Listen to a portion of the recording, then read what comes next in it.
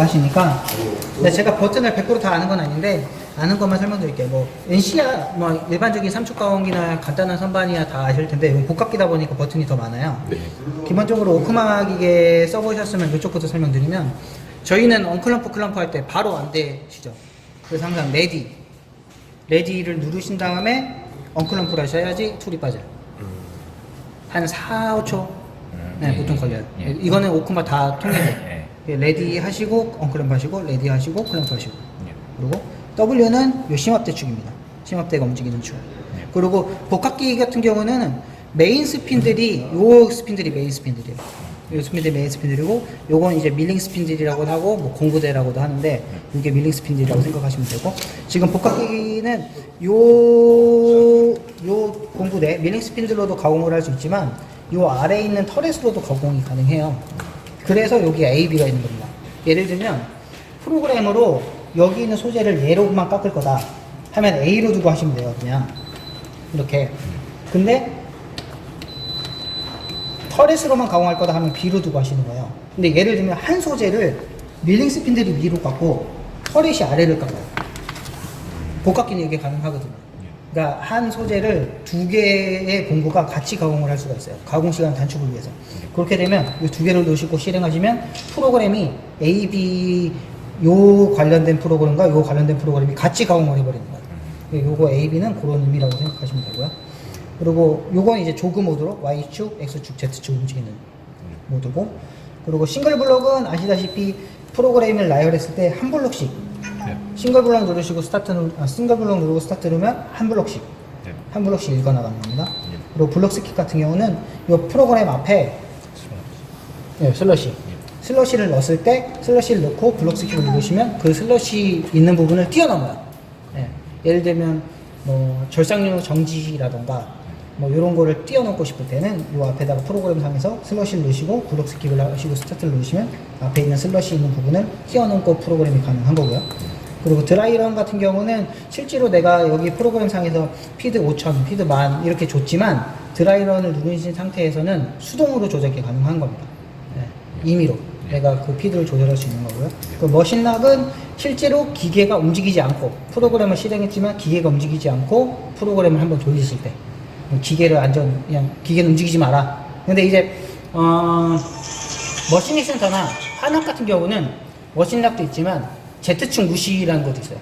XY만 움직이고 Z축은 안 움직이게 하는 것도 환하게는 있지만 아마 얘는 복합기이기 때문에 없는 것 같고, 또 얘는 절삭류로 완전히 끄는 거. 가공을 하실 때 이제 시가공을 하실 때 절삭류로 안손 상태에서 이제 한번 돌려보실 때 쓰는 거고, 요거는 절삭류 끄시는 거고, 에어, 그리고 기계 조명등.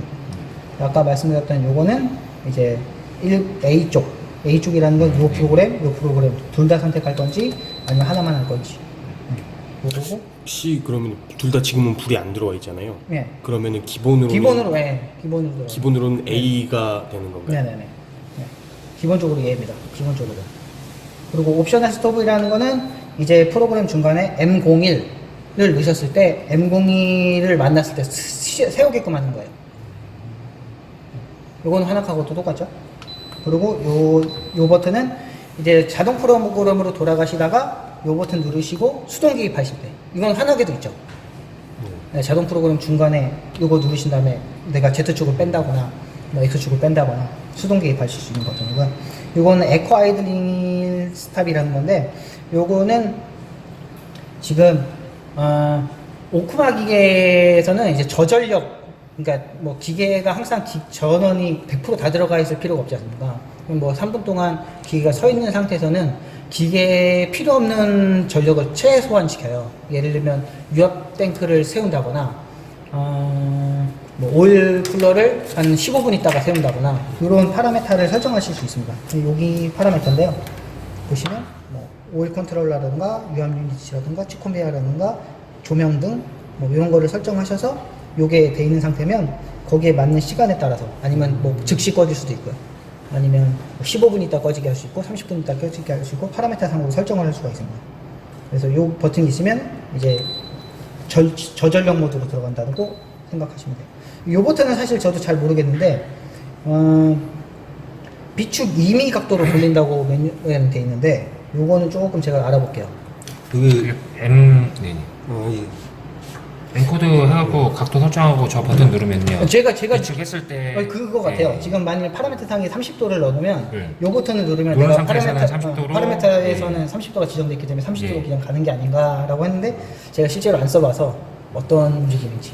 그러니까 예를 들면 지금 복합기는 아니지만 문형 같은 경우는 이런 버튼이 있어요. 예를 들면 이렇게 가공을 하시다가 Y가 이렇게 있는데 사실 이렇게 45도로 가공하셨잖아요. 45도로 가공하시다가 탭이 부러졌어요. 탭이 부러졌을 때 XY 움직이면 충돌하잖아요. 근데 이 각도로 이렇게 뺄 수 있는 기능이 있거든요. 혹시 그게 아닌가라고 생각했는데 지금 송 대리님이 말씀하신 게 맞는 것 같아요. 파라미터 상으로 설정되어 있는 각도로.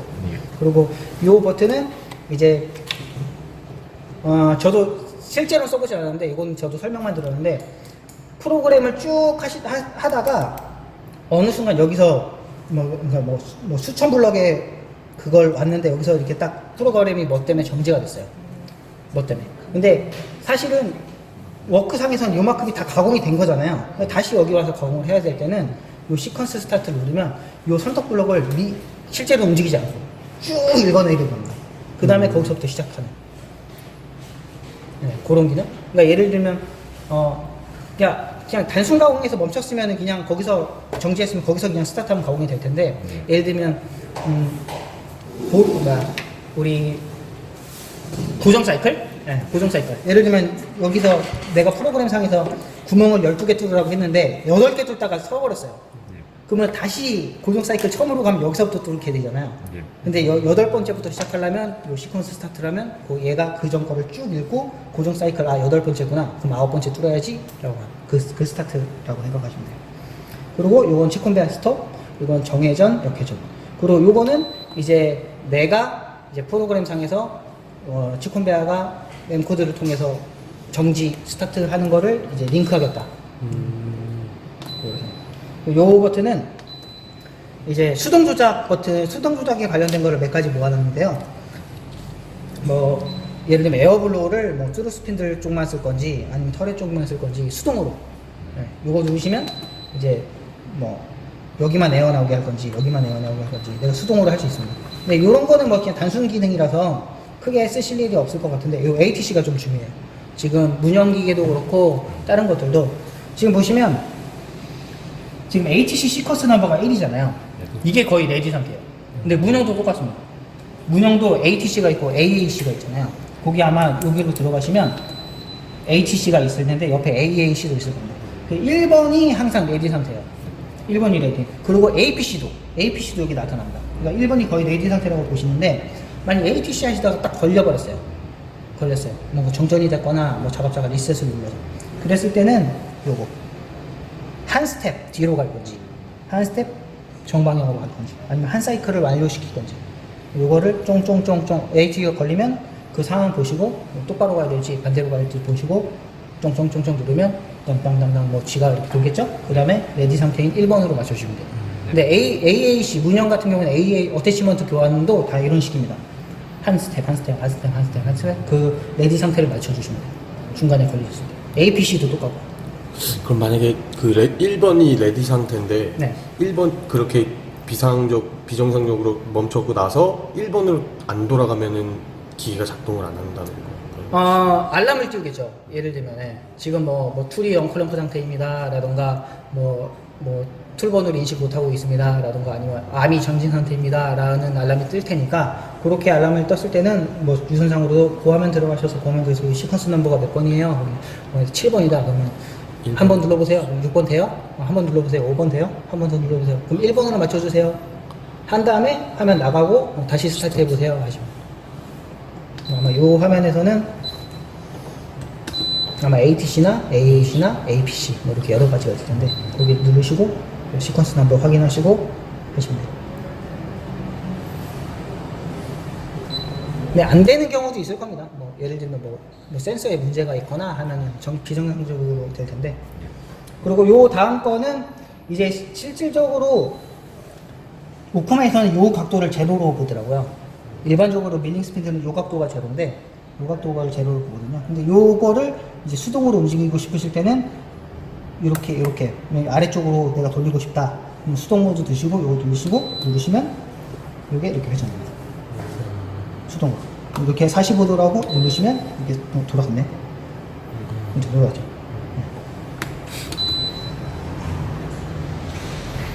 이렇게 수동으로 내가 밀링 헤드를 돌리고 싶을 때 요거는 이제 자동 도어 옵션이 있을 때 문을 열고 닫는 버튼입니다.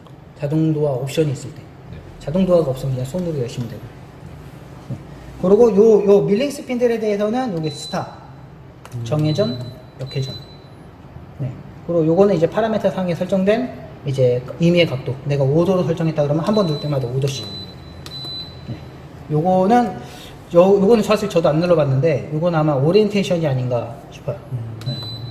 예를 들면 뭐 밀링 툴이야 뭐 어디에 오리엔테이션이 가도 뭐 그냥 구멍가고만 하면 되니까 상관없는데 선반 툴 같은 경우는 이게 180도냐 아니면 제로도냐가 중요하니까 그거를 맞춰주는. 그리고 요 버튼들은 이제 메인 스핀들의 회전 방향. 요거는 누른 만큼 각도 움직이는 거고 요거는 또 오리엔테이션. 그리고 여기서 버튼에서는 지금 A, B 두 가지가 있는데요. 사실 얘도 Z축이고 얘도 Z축입니다. 얘도 Z축, 얘도 Z축. A로 두시고 Z로 놓으시고 핸들 모드에서 움직이면 위에 게 움직이고요. 위에 게 움직이죠. B로 놓고 Z로 놓고 움직이면 터렛이 움직입니다. 그러니까 A는 A, B는 B라고 생각하죠. 그렇게 생각하시면 돼요. 그리고 이건 X, Y, Z, C, Y, W. W는 얘 같은데. 잠시만요.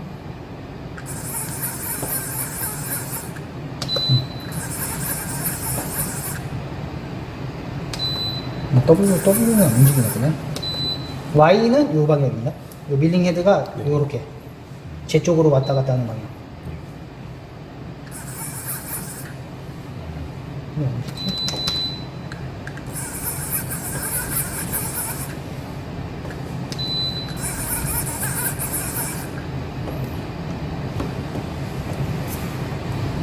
아무튼 Y는 요 방향입니다. 버튼은 얼추 아시죠? 그냥 복합기만 아시면 사실 선반은 여기보다 더 축소돼 있고 뭐 밀링 삼축기도 뭐 이 정도? 이 정도만 있으니까 복합기가 제일 조금 버튼들이 어려워서. 아까 전에 저 스핀들 돌릴 때 알람 뜨는 거 저런 거 어떻게 찾아서? 어떻게요? 다시 한번. 아까 전에 스핀들 돌릴 때 이거 밀린 스핀들인가? 진짜 어떻게 되는지 저런 거 이제 찾아가는 과정이 어떻게 되는 거였어요?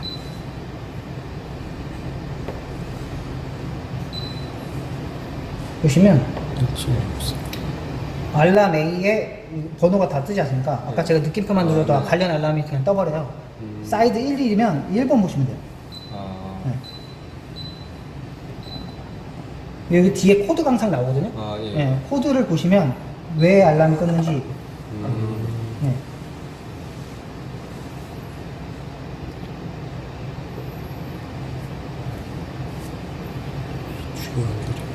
C축하고 커넥션이 안 맞았다고 그러는데 C축 예를 들면 복합기 같은 경우는 이 C축에 대해서 이 회전 속도도 결정되어 있거든요. 그래서 이 C축과 이 밀링 스핀들의 회전이 동기화돼야 되는 경우가 있어요. 왜냐면 사실 이만큼 가공하면서 뭐 이렇게 동시우축하는 가공도 있지 않는가. 그래서 C축 회전이 동기화돼야 되는 경우도 있어서 지금은 버튼이 수동 조작인 것 같은데 예전에 거기서도 안 되더라고 이게. 심터스 때도요? 그 궁금하더라고 저게. C축 커넥션이 얘인 것 같은데. 잠깐만요.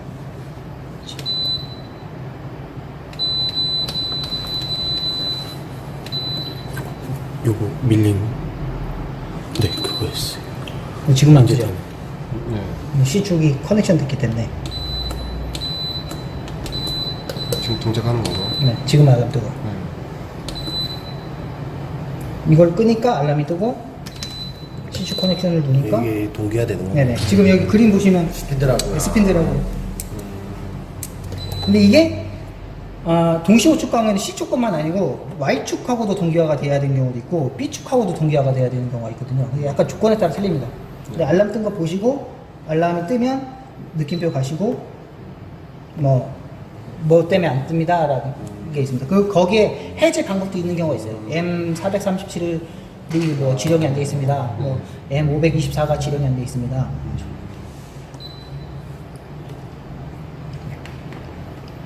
버튼에 대해서는 또 더 궁금한 거 있으세요?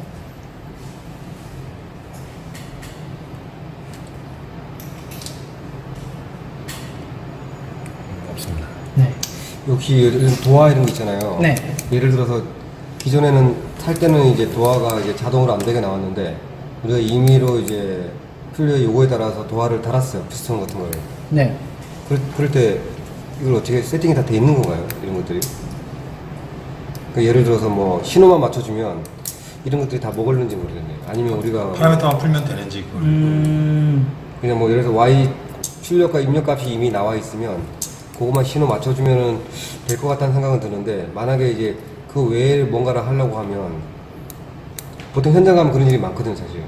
그러네요. 네, 문이 뭐 우리가 봤을 때는 1단이지만 어쩔 때 2단 해달라고 하고 문 2개짜리도 있고 뭐 이렇게 되면 뭐 변수가 좀 있잖아요. 그런 변수에 대한 대처를 뭐 우리가 이미 자세로 이렇게 좀 조작할 수 있는 건지 해서 그건 건 바이 건으로 해봐야 될 것 같아요. 만약 이사님이 그런 이슈가 생길 때 네.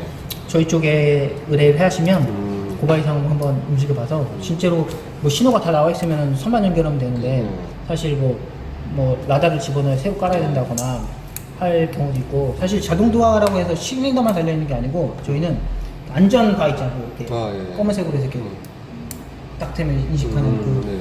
두꺼운 고무같이 생긴 거 그거 안전 관련된 것도 있고 했기 때문에 신호가 단순히 온오프 그러니까 열림 닫힘만 있는 건 아닌 것 같은데 안전 신호도 있고 네. 그럴 테니까 그리고 여는 동시에 또 안전 스위치도 순간적으로 열어줘야 네. 되니까 네. 그거는 건 바이 건으로 이슈가 있을 때마다 저희랑 연락하셔서 해야 될 것 같아요. 다시 한번 대화형 프로그램 가볼까요? 네.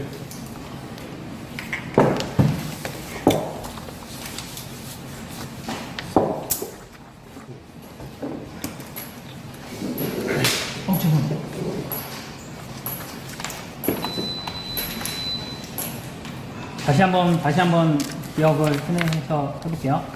만들 때는 new 파일, 그리고 IGF 데이터, 그리고 임의로 숫자만 넣으시면 안 되고요. 영어가 앞에. 네네, 영어가 앞에. 글로벌이면 G 1, 2, 3.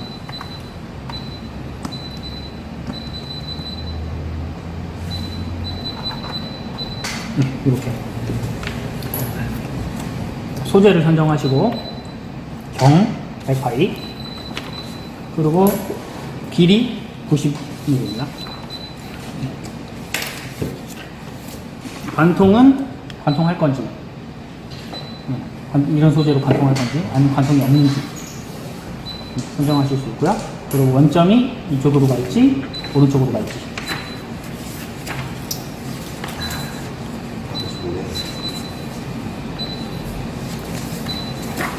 그리고 조의 형상입니다. 조의 형상은 20에 9. 20에 9니까 D2가 20. 그리고 D1과 D3의 차이가 9mm가 나야 되니까 84, 86. 네. 여기 9mm 물렸고, 여기 20mm 물렸고. 그 조 같은 경우도 아까 말씀하셨던 것처럼 공구 그런 데이터처럼 조의 데이터도 있나요? 혹시? 네네. 아니면 저희가 다 재서 입력을 해야 되나요? 재서 입력해야 돼요. 그러니까 3조는 기본적으로 이런 식이잖아요. 네네네. 근데 만약 특수조, 예를 들면 고객이 뭐 특수 형상의 조, 뭐 이런 식의 조를 만들었다 하면은 조 데이터를 넣을 수 있습니다.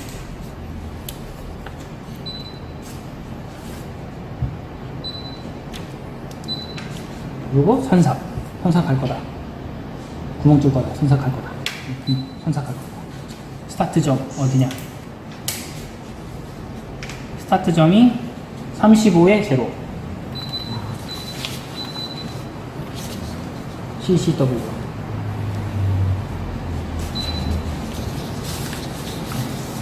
지금 여기 그림 보시면 여기를 네네. 시작점으로 한 거예요. 이렇게 지금 따라갈 겁니다. 지금은 안에 관통을 안 하신 거예요? 그러니까 제가 이거는 소재 형상을 그냥 원봉으로 입력을 했잖아요. 네네. 근데 나중에 제가 이렇게 가공을 하면 네. 지가 알아서 관통을 합니다. 근데 만일 소재가 관통돼 있는 소재다. 그러면 걔는 관통 작업을 안 하고 내경을 깎아내는 작업을 하겠죠. 그러니까 거기에 맞게끔 얘가 툴을 선정하는 거예요. 여기서 오른쪽으로 50. 라운드 오른쪽 우회전 X44 R이 10.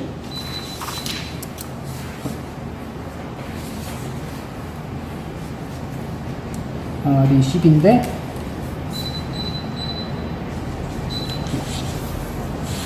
이게 왜 그러냐면 실제로 R이 10인데 요 거리와 요 거리 차이가 9밖에 안 나잖아요. 네. 9밖에 안 나니까 실질적으로 R이 끝나는 90도 지점에서 이게 시작된 게 아니고 R이 끝나기도 전에 시작된 거라서 요거는 그 캐드 해보신 분 알겠지만 요 원과 원의 접점, 원과 원의 접점을 쓰겠다. 네, 이렇게 돌렸죠? 그 다음에 옆으로 가는 거에 44, 28. 네. 그 다음에 못따기 1mm. 그리고 위쪽으로 65 올라갔죠? 그 다음에 못따기 3mm. 그 다음에 이쪽으로 72.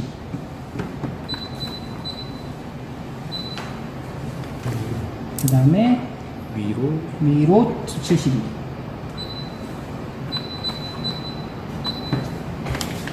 그 다음에 못따기 1.5. 그 다음에 이게 M7이 하나는 앞에 써 있는 일본어는 홈이고요. 뒤에 거는 나사산이에요.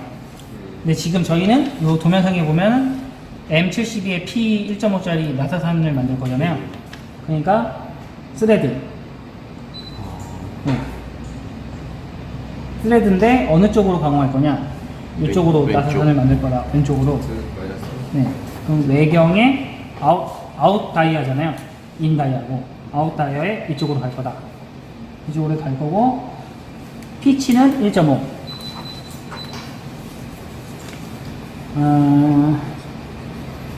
종료점 BZ가 61. 네, 이렇게. 근데 여기 그림이 얼추 나오거든요. 나사산에서. 그러니까 B가 뭐고 A가 뭐고 SC가 뭐고 이게 나오는데 사실 근데 피치만 입력하시면 돼요. 종료점하고 거의. 종료점이 60일은 어디에 61이란 종료점은 Z축 방향이 60일이잖아요. 그러면 네. 여기가 60일인 거죠. 지금 보시면 56에다가 5를 더했잖아요. 60일. 그 나사산이 만들어졌어요. 됐죠? 그러니까 이 도면을 나중에 혹시라도 고객분들한테 다 이걸 받으시면 이 포인트를 XY를 다 적으셔야 돼요. 그럼 나중에 편해요. 여기 포인트를 XZ가 몇인지, 여기가 XZ가 몇인지. 네, 지금은 이게 매뉴얼화 되어 있으니까 되는데 나중에는 포인트를 다 XY로 적으셔서 요 지금 XZ 수치가 여기 다 나오잖아요. 그거랑 이제 확인하시면서 계속 누르시면 돼요. 그 다음에 홈입니다. 그루브를 넣는데 그루브는 아래쪽 방향으로 홈.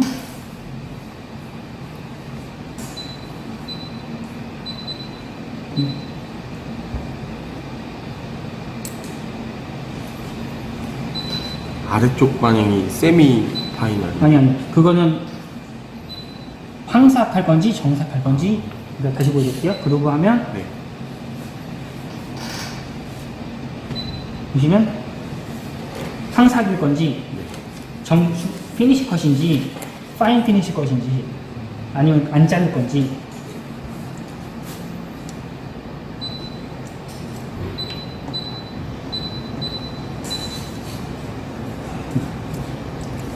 아래 방향이 원래 있었는데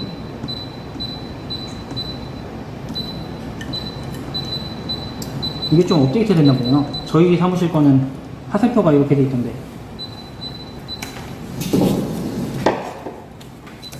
네, 아래쪽으로 깔 겁니다. DZ는 56.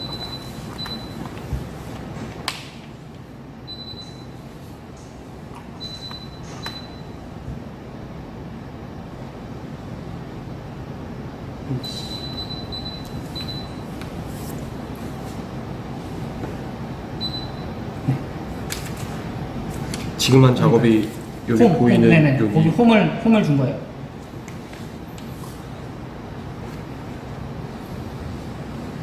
그 다음에 이 방향으로 다시 가야 되니까요.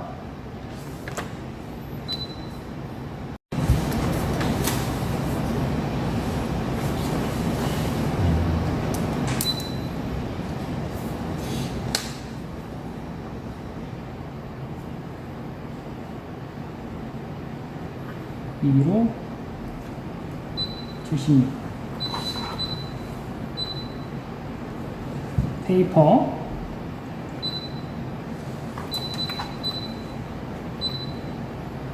각도는 160도.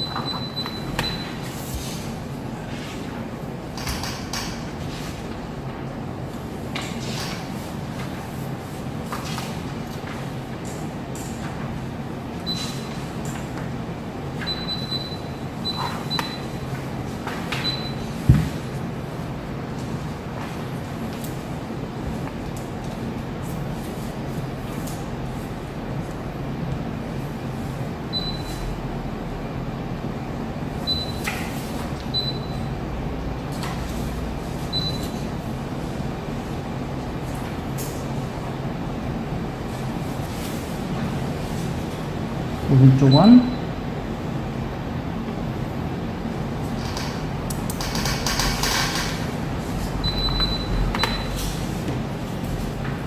뒤지고요.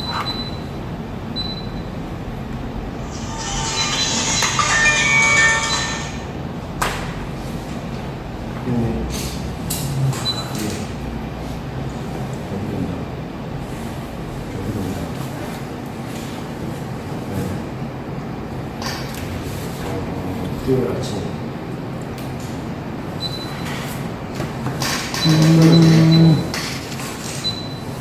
조그맣게 표시를 해줍니다.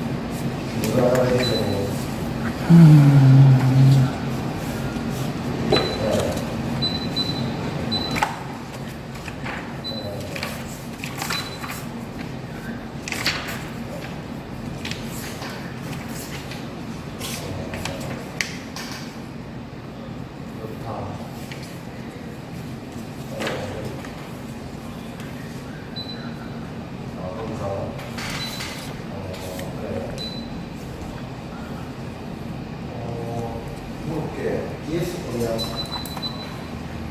알겠습니다. 네, 확인하고 연락드릴게요.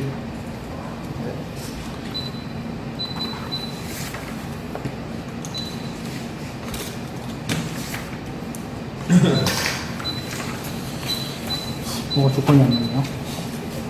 그 위에 라운드가 그 방향이 맞는 거예요? 테이퍼 밑에 라운드가. 요거요? 아, 그게- 요거요? 네, 네. 근데 반대 방향 아니에요? 요거는 이쪽 방향이 맞는데,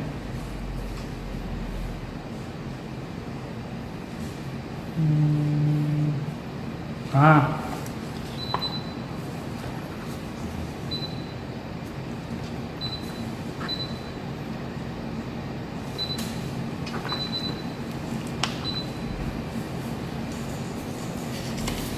테이퍼를 준 다음에 요 방향이 아니고 요거 R이었네.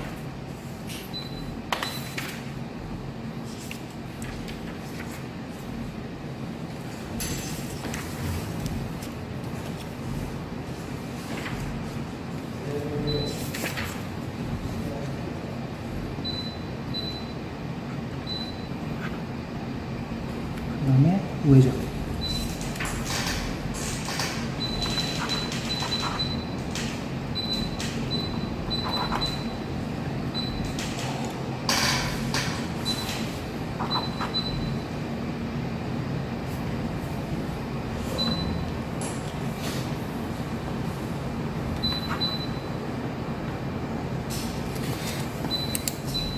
여기서 여기가 가는 중 여기는 어떻게 알아? 이만큼. 여기서 이만큼 보이는데 방금 그 R, CIF 저걸로 CHF 저거 눌러갖고 들어간 것 같아요. 이거요? 네. 네, 그러니까 그게 이게 제가 아까 정확한 잘못 그게 봤는데, 뭔데? 우리가 이렇게 되는 형상을 이렇게 깎은 걸 챔버라고 하잖아요. 네. 챔버. 근데 이렇게 되는 거 원형으로 깐 건 필렛이라고 하나요? 캐드상에서? 네, 그랬던 필렛? 것 같아요. 네. 네. 그러니까 R은 필렛이었고, 이거는 챔버죠. 어. 이건 못따기, 이건 R. 네, 라운드. 그러니까 아까 전에 제가 일본어를 여기서 네네. 이것도 매뉴얼이 조금 저거랑은 살짝 틀리네요. 그러면 지금 그 챔버 하신 게 요거잖아요. 네네. 여기는 R, 여기는 필렛. 네네. 거기서 라운드 준 거고요. 여기는 그냥 우회전.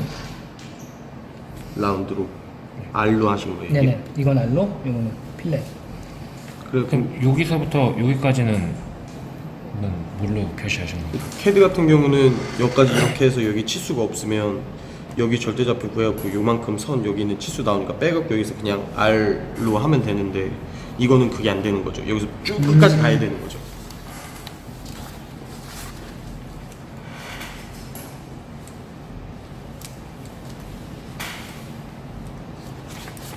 아, 이게 더 길게 되어 있나? 아.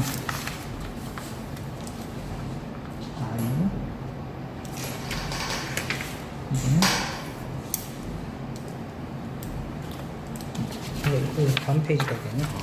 보시면 여기서 테이퍼까지는 이해되셨죠? 네네. 테이퍼까지. 지금 테이퍼 부분이 여기잖아요. 160도. 네, 160도. 네. 여기까지는 됐고 여기서 테이퍼까지 왔죠? 네. 여기다 R을 준 거예요, 끝에. 네네. 그래서 RO. 네. 네. 근데 내가 여기서 요 방향 평행선을 갈 거다. 네네. 평행선을 갈 건데 어디까지 갈지는 몰라. 네. 그 대신 이 아래 접해야 돼. 라고 한 거예요. 평행선을 줄 건데 공란. 네. 그 아무것도 쓰지 않고 다음 선에 접하게로 선택하신 거예요. 그래서 이렇게 온 거죠. 그러면 이 작업이 어떤 걸 하시는 건지 저기서는 뭐예요? 그게 C 챔버로 들어가시는 거예요? 여기 로커 이거 아니네. 롱 갔다가 테이퍼 갔다가 O 돌리고 여기는 X와 요게 지금 요 선이에요. 롱. 네네. 요 평행선. 네. 요 선인데 가공을 하되 XY, XZ 좌표는 아무것도 안 주고 접한다. 다음 거에 접한다. 그러니까 얘는 캐드상에서 직선이 캐드상에서 어떻게 얘는 항상 지금 이렇게 가는 거나 네. 이렇게 가는 거밖에 없잖아요. 네네. 그러니까 이렇게 가는 선으로 했으니까 항상 평행선을 맞추고 그냥 선으로 접한다. 접점에 만난다고. 저 공란을 저렇게 안 써버리면 지금 이게 된다는 말씀이시죠? 네네네. 그래서 여기서는 이런 경우 특수한 경우인데 사실은 좌표를 다 알면 좌표를 다 지정해줘도 되죠. 근데 아마 요건 하나에 이렇게도 쓸 수 있습니다라고 알려드린 건데 사실 요 좌표도 알고 요 좌표도 알고 요 좌표도 알면 그냥 좌표를 입력하면 찍으면 되는데 네. 그런 거. 대신 좌표 모르면 저렇게 아무것도 안 넣으면 다음 접점까지 지가 네네. 알아서 간다는 말씀이시죠? 네네.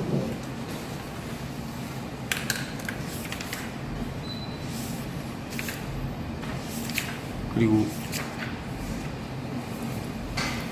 이건 마지막에 2는 안 넣어줘요. 마지막에 넣습니다. 끝에서 점프. 점프인데 사실 다시 지워볼게요. 마지막에 제가 점프를 넣는다 그랬잖아요. 점프. 근데 2라는 게 여기 초기점을 알려주는 거예요. 네네. 그러니까 초기점을 알면 그냥 초기점이죠. 35의 제로잖아요. 네. 35의 제로를 넣어도 돼요. 근데 초기점을 생각 안 하고 그냥 초기점을 넣는다는 식으로 하면 초기점 2를 넣으면 초기점이 지가 알아서 들어가는 거거든요.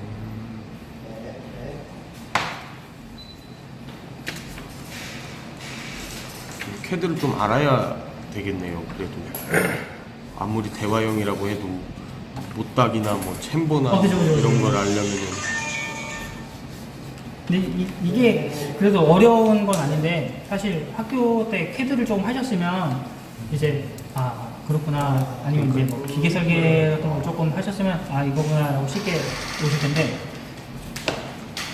네. 그래도 쉬운 편이거든요 제가 생각할 때는 네.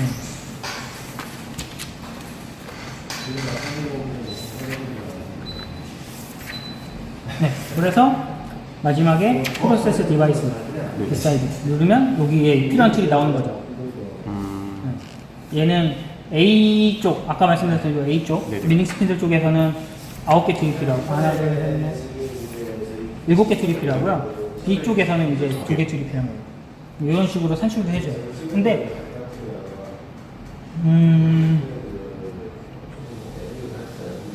그런데 제가 복합기에 이제 여러 가지 툴을 막 꽂아놨잖아요. 뭐 이것도 이것도 여러 개 있는데 있는 것 중에서 보통 해요. 거의 대부분 그 매거진 안에 들어있는 툴로. 근데 만약에 그 매거진에 툴이 없으면 없는 걸로도 됩니다. 그러면 여기 빨갛게 돼요. 네. 지금 얘 같은 경우는 지금 교육용이라서 그런지 모르겠는데 매거진에 툴을 엄청 많이 넣어놨어요. 네, 보시면 이런 툴도 넣어놓고 이런 툴 다 넣어놨거든요. 그러니까 얘가 여기에 있는 것 중에서 지가 산출한 거예요. 없으면 빨갛게 뜹니다. 야, 매거진에 툴이 없습니다. 그러면은 그 빨간색으로 뜬 툴을 이제 준비하셔서 꽂으시면 돼요. 그래서 지금은 있는 툴. 이게 이 교육용 NC마스터 안에 아마 저희 거는 저 툴 리스트가 없었거든요. 그래서 제가 하나하나 다 만들어놔야 되는데 얘는 교육용이라 그런지 일본에서 다 툴 데이터가 넣어갖고 들어왔더라고요. 이제 다 확인됐으면 네. 퀵 세이브 확인됐으면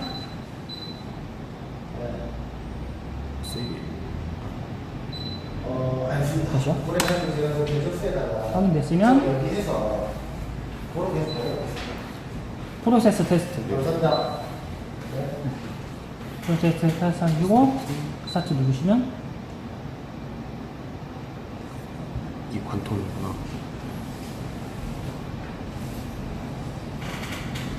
근데 이게 대화형 프로그램이 좋은 게 제가 어떤 툴을 썼을 때 어떤 피드로 어떤 RPM을 꺾어야 될지 잘 모르잖아요. 근데 얘는 여기 다 설정을 해줘요. 이 툴의 RPM과 피드와 절입량 같은 거.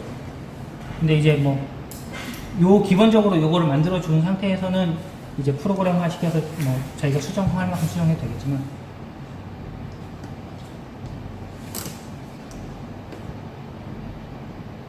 지금 B축이랑 같이 네, 근데 지금은 같이 움직이는 거죠. 이게 A축 프로그램이고 이게 B축 프로그램.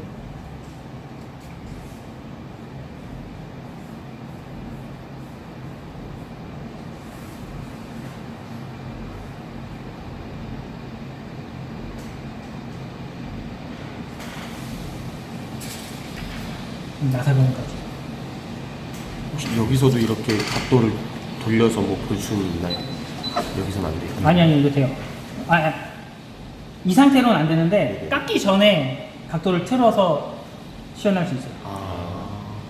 앵글 체인지 이런 식으로 이렇게 해서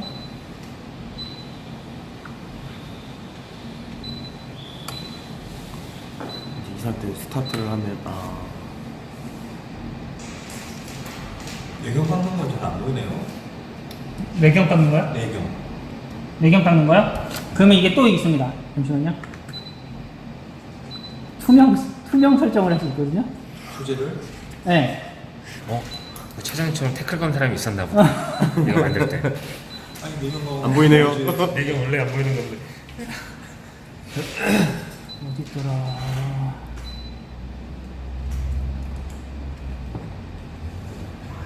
이거 나중에 진짜 PDF 못 떠야 돼. 한 번밖에 안 왔으니까. 전부 다 한 번씩 등급을 한 번씩 왔으니까. 너무 숙제해야 됩니다. 잘 돼 있는데. 저희 스캔 전문가 있습니다. 이거 어디 막혀가지고. 아니 맡길 필요 없어요. 맡기는 것보다 네, 저희 저희가 바로 전문가 해드립니다. 10분인데 10분. 매뉴얼 이만큼 혼자 다 스캔된 사람이 있습니다. 이거 어떻게 뜨지? 한 개씩 한 개씩? 전문가에게 맡기면 됩니다. 이게 되고 있습니다. 다 반복했습니다. 이거 잘라서 해? 그에게 쿠터깔 하나와 잘라서 넣는 거야? 어마어마합니다. 속도 조절 돼요? 이게 반절 투명된 거예요? 네.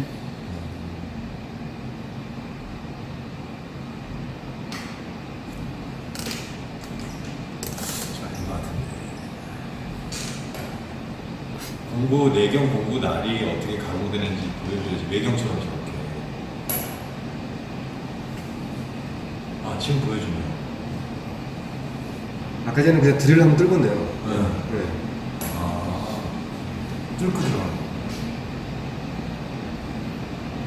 그러니까 뭐 나중에 누구한테 보여주려고 하면은 정면에서 한 번 보여주고 돌려서 내경 보일 때 한 번 보여주고 이렇게 한 두세 번씩 각도 조절해서 보여주면 될 것 같아요. 그까지 가기가 들어가는데. 이까지는 설명하고 거의 다 온 거잖아요. 그죠? 그 다음에 마지막에 이제 검증이 끝나셨으면 프로그램 크리에이트. 크레이트. 이름을 바꾸셔도 되고 안 바꾸셔도 되고. 지금 얘 툴은 없나 봐요. 이렇게 빨간 거 뜬 거는 지금 이 안에 내장되어 있는 곳에 관통 툴이 없는 거예요. 네, 그래서 빨갛게 뜨는 거예요. 그러면 어떻게 해줘야 돼? 그 툴을 껴야지 빨간색이 없어지나요? 아니면은 그걸 제외하고 다른 대체 툴을 바꿔줄 수 있나요? 아니 관통 툴이 없으니까 네네. 지금 툴 데이터에 이렇게 많지 않습니까? 네네. 그러면 없는 번호 뭘로 할까요?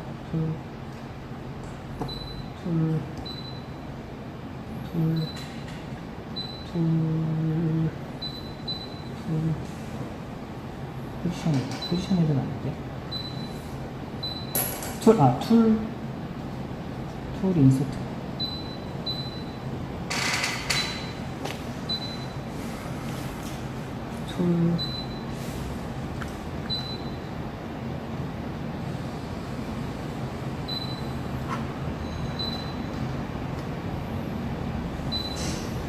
툴 추가.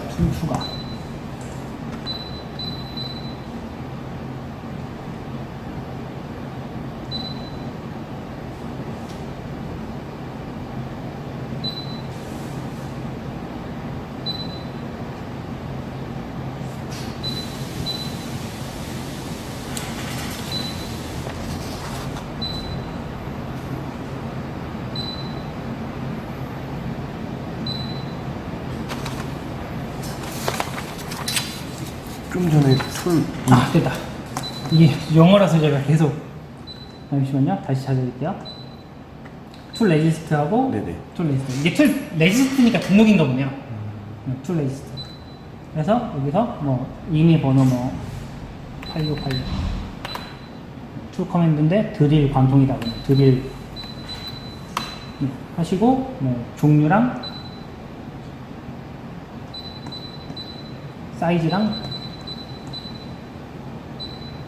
밀링, 사이즈, 스탠다드.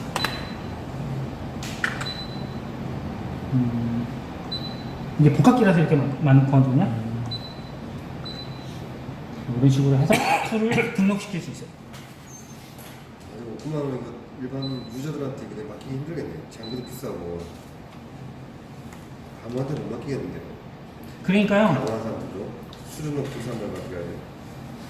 그러니까 뭐 어차피 계속 요번에도 글로벌에서 6,300 들어올 때 있잖아요. 그 일본 슈퍼바이저 오니까 확실히 붙어갖고 확실히 돼요. 이런 거 세팅할 때도 강한 사람들 툴 세팅 잘못하면 지워갈 거 아니에요. 네네. 근데 사실 복합기는 아직 국내 앞에서 저도 옆에서 따라간 적은 없었거든요. 운영적으로도. 근데 뭐 우측 가공기도 2, 3일 교육하니까 하시더라고요. 그 친구가 이제 기본적으로 워크 세팅하는 거, 툴 세팅하는 거, 그리고 우측 원점 잡는 거 딱. 그러니까 왜냐면 이제 가공을 하시던 사장님들이니까 얼추 딱 말씀하시면 딱 알더라고요. 그래서 그 세팅하는 방법만 딱 아시니까 캠업체 불러가지고 그냥 프로그램 짜라 그래갖고 캠업체가 프로그램 짜서 넣고 바로 시연하시더라고요. 근데 이제 복강기 같은 경우는 아마 그런 우측보다는 시간이 더 걸릴 텐데 그때 기회가 있으면 확실히 붙어가지고 세팅하는 것부터 툴 세팅하는 거. 이게 툴 세팅하는 것도 복합기는 조금 많이 틀리거든요. 강한 사람들 기계 많이 줘봤거든요. 수십억 대짜리 기계 사가지고 푹 집어갖고 모른 척하면 종도 다 떨어져 있고. 그죠? 네. 이게 또 이건 예방이 필요할 것 같은데. 이게. 그래서 안티크러쉬 시스템이 있는 거 아니에요? 뒤박지 말라고. 아이고 콜리전 어보이던스. 그죠? 근데 이게 지금 사실 이 시스템이 뭐 다른 유럽 회사는 얼마큼 완벽하게 되는지 모르겠는데 저희는 사실 이게 기계 모델링은 되어 있지 않습니까? 그러니까 이 소재랑 척이랑 그리고 이 공구들 모델링을 다 넣어줘요. 그러니까 초반에가 조금 귀찮으실 것 같아요. 그러니까 일단 한 번 들어가고 이제 어차피 그 기계에서 쓰는 툴은 계속 돌아가면서 쓰고 새 거는 그렇게 많이 안 사시니까 어차피 가공물이 한정되어 있는 업체라면 근데 한 번 처음에 넣을 때 조금 어렵지 나중에 넣고 나서는 편하실 것 같은데 그러니까 예를 들면 지금 얘는 복합기라서 사실 저는 잘 확실히 모릅니다만 밀링 같은 경우는 이지 모델링이라는 데가 있어요. 다시 한번 보여드릴게요. 이렇게 이런 화면이면 이지 모델링 보시면 이 복합기가 아닌데 예를 들면 툴, 홀더. 사실 요런 홀더에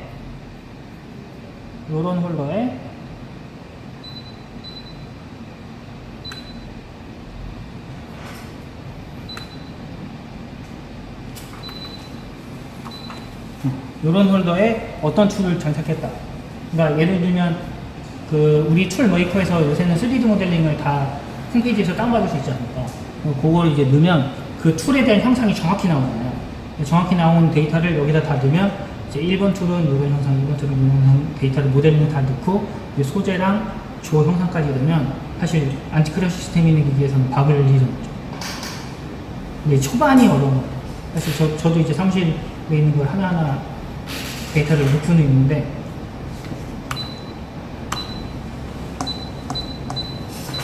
툴도 이런 거 기본적으로 샘플은 몇 개 주는데 사실 100% 다 들어있는 게 아니기 때문에 아니면은 없는 거는 만들 수도 있습니다. 아까 전에 저희가 이렇게 형상을 만들었듯이 툴의 형상을 이렇게 따서 만들 수도 있어요.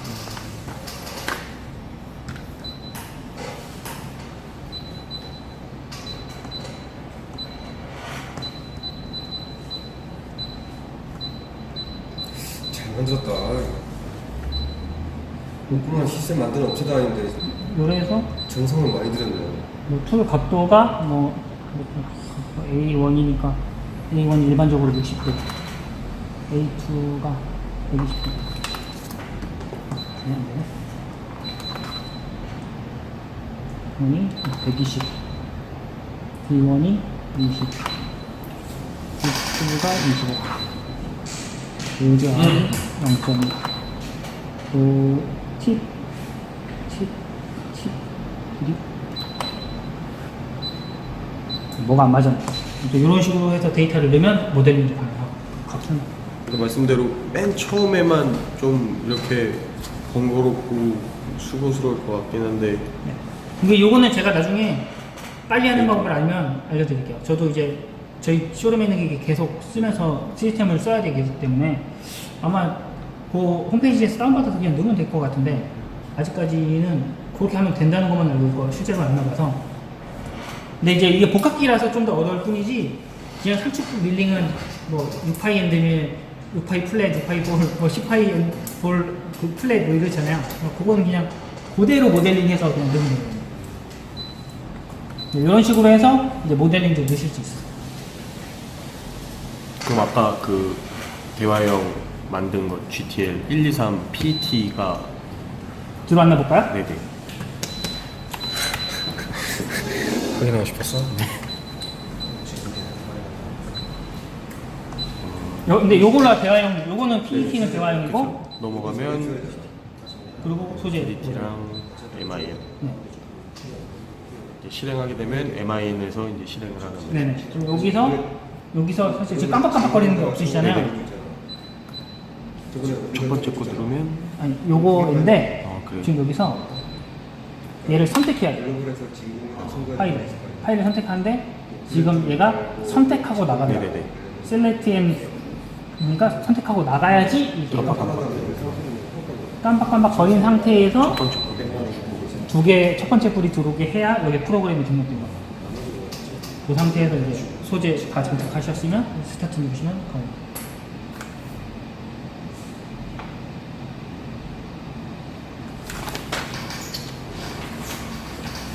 좀 어렵죠? 아니요, 재밌어요. 아, 네. 시스템이 잘 돼 있네. 이게 하나권보다 더 나은 것 같고 지멘스보다도 더 나은 것 같아요. 지멘스는 좀 복잡하거든요. 근데 사실 저는 GMS는 많이 안 만져봤는데 사실 소문으로는 이게 저희 전 회사가 이제 저희 팀 말고 DMG 쪽 팀이 하이제나이나 GMS 쓰니까 근데 GMS는 상당히 좋은 시스템이라고 계속 칭찬을 해서 그래서 오크마 OSP가 조금 GMS보다는 아래, 하이제나이보다는 아래지만 조금 하나보다는 편하게 돼 있는 거 아닌가라고 추측하는데 그래서 지멘스도 저도 교육도 받았는데 좀 뭔가 어떻게 보면 기능이 막강한 거고 어떻게 보면 우리 입장에서는 불필요한 게 너무 많은 것 같아요. 그럼 뭐 예를 들어 유저 등급을 막 10등급 나눠가지고 보안 등급을 그럼 그거 일일이 세팅 다 해야 되고 또 뭐 그렇긴 한데 좋긴 좋지. 최상위에는 이것만 건들 수 있고 최하위에는 딱 파라미터 하나도 못 건들고 프로그램을 건들 수 있게 하고 그 위에는 파라미터 건들 수 있게 하고 뭔가 기능이 좋긴 한데 실제로 잘 안 쓴다는 거죠. 그리고 대신 그렇게 기능이 많으니까 엄청 늦어요. 뭐가 좀 버벅거리는 것도 있고 로딩하는 데 한 3분 걸리고 2분 걸리고 그런 게 있더라고요.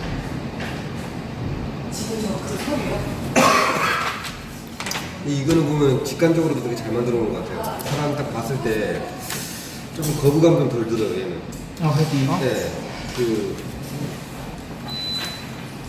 좌표계랑 딱딱 그래픽이 잘 돼서 그런지 모르겠는데 괜찮지 않아요? 아무래도 최근에 나와서 뭐 저희도 모르겠어요. 그럴 수 있지. 가장 최근에 색깔도 나와서 없는. 가장 개선해서가 내겠지. 그래도 GMS에서는 스타크래프트도 할 수 있잖아. 여기서 될 것 같은데? 윈도우 7이야 이거. 아니 우리 터닝에서 강호하다가 진짜 1대1로 스타크래프트 되다니까? 터닝 강호하다가? 농담이 아니라 PC 화면에서 이거 될 것 같아. 윈도우 7이니까 그렇지 되지. 그럼 되는 거지. 리마스터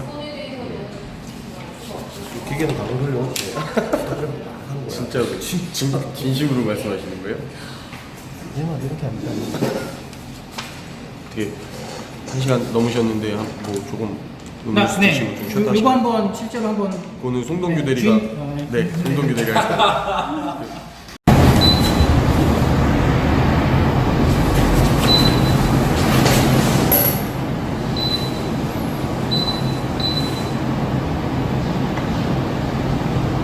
이거 맞나요? 멜론 들어있는 거? 맞는가 보네요.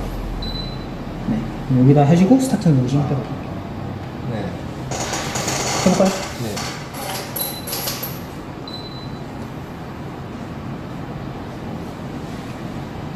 끊는 겁니다. 간단하네요. 네. 그래서 요거 두 개, 시스템 데이터와 유저 데이터. 폴더를, 그러니까 USB 꽂으시기 전에 USB 안에다가 폴더 두 개 만들어 주시고, 시스템 폴더, 그리고 유저 데이터 폴더 두 개 만들어 주시고, 시스템 데이터는 시스템 폴더, 유저 데이터는 유저 데이터 폴더. 이것도 혹시 뭐 키보드 딱 꽂고 키보드로 바로 뭐 이래도 돼요? 아, 될 것 같아요. 그러니까 저희 거는 USB 포트가 없습니다. 근데 지금 여기 교육용이라서 여기 포트가 USB 포트가 있더라고요. 그래요? 백업은 그런 식으로만 하시면 돼요. 네. 생각보다. 아까 그 화면에서는 없어요. 그 화면에서는 OSP 화면에서는 네.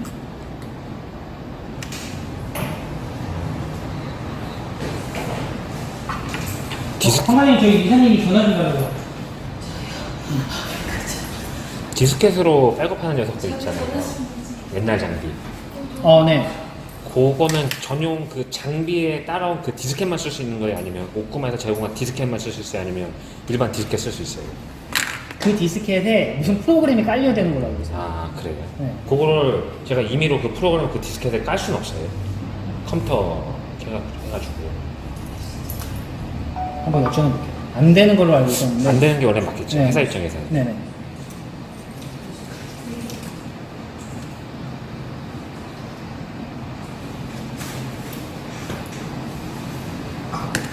옛날 건 다 디스켓인데 뭐 디스켓 다 없고요. 회사에 갖고 있지도 않고 이전할 때 이렇게 보면요. 그리고 장비 뭐 백업 거의 못한다고 봐야 될 것 같아요. 도면 없는 것도 썼는데. 예. 그러다가 이제 시스템 날라가면 뭐 이제 할 수가 없어가지고.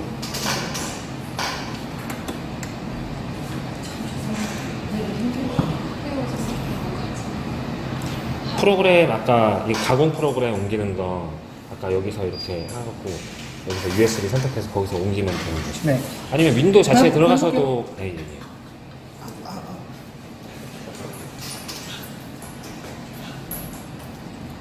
느낀다. 안 돼. 표정이 이상해졌어. 붙였다. 네, 완전히 붙였다. 해보죠 뭐. 여기 앞에 아까 전에 만든 프로그램을 여기가 US0고 여기가 US1입니다. NC 프로그램에서 만들었던 이 파일을 카피. 어디로 갈 거냐? US0. 이제 여기가 US0잖아요. 여기가 딱 넘어갔죠. 아, 네. 지금 어떻게 했어요? 다시 한번. 다시 한번 해보겠습니다. 지금 프로그램 넣는 거예요? 네. 아까 만들었던 프로그램을 넣는 건데요. 그럼 일단 풀코스를 더 하겠습니다. 지금 이 안에 있는 애가 DMD1입니다. 이 안에 있는 놈이. 정말 아까 전에 저희가 만들었던 G1이라는 파일을 USB로 넘기고 싶으시다 할 때는 카피 US0. 여기가 US0, 여기가 US1.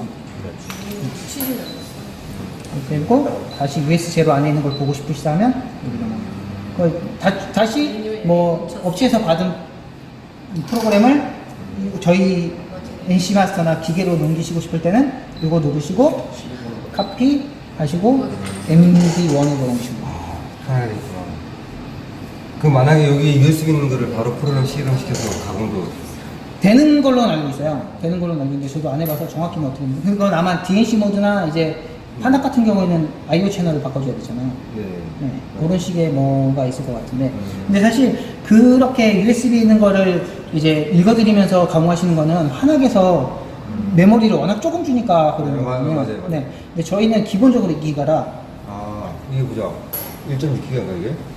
네. 기본적으로 2기가라고 알고 있고 옵션 추가하시면 더 늘어나는 걸로 알고 있어서 용량 때문에 굳이 USB 있는 거를 직접 당기시면서 DNC로 가공하실 일은 없는 걸로 알고 있어요. 그렇게 그리고 우리가 네. 금형 옵션 있다 해도 기본 256밖에 안 되거든요. 256kb지.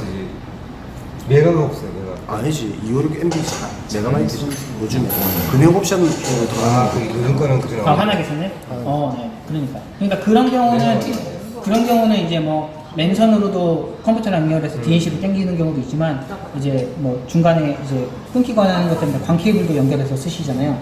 그런 건 이제 컴퓨터 거를 당기면서 DNC로 가공하시는데 오쿠마에서는 사실 굳이 그렇게 DNC로 하시는 그렇겠네. 용량이 크니까. 네네. 그러니까 연결은 하시죠. 컴퓨터에서 CAM 프로그램을 작성한 거를 이로 땡기시려면 랜선을 연결해야 되는데, 그럴 때는 이제 랜선 연결하시면 TC. 그러니까 컴퓨터에 있는 공유 폴더 안에 있는 게 이제 TC로 하면 보이는 겁니다. 그럼 거기에 있는 파일을 카피해서 다시 여기다 넣으셔서 적용하시는 거죠. 근데 워낙 요새는 뭐 랜이 중간에 뭐 신호가 끊기고 막 그 부호들이 바뀌고 하는 일은 없을 테지만 워낙 랜 케이블이나 이렇게 통신 상태가 좋으니까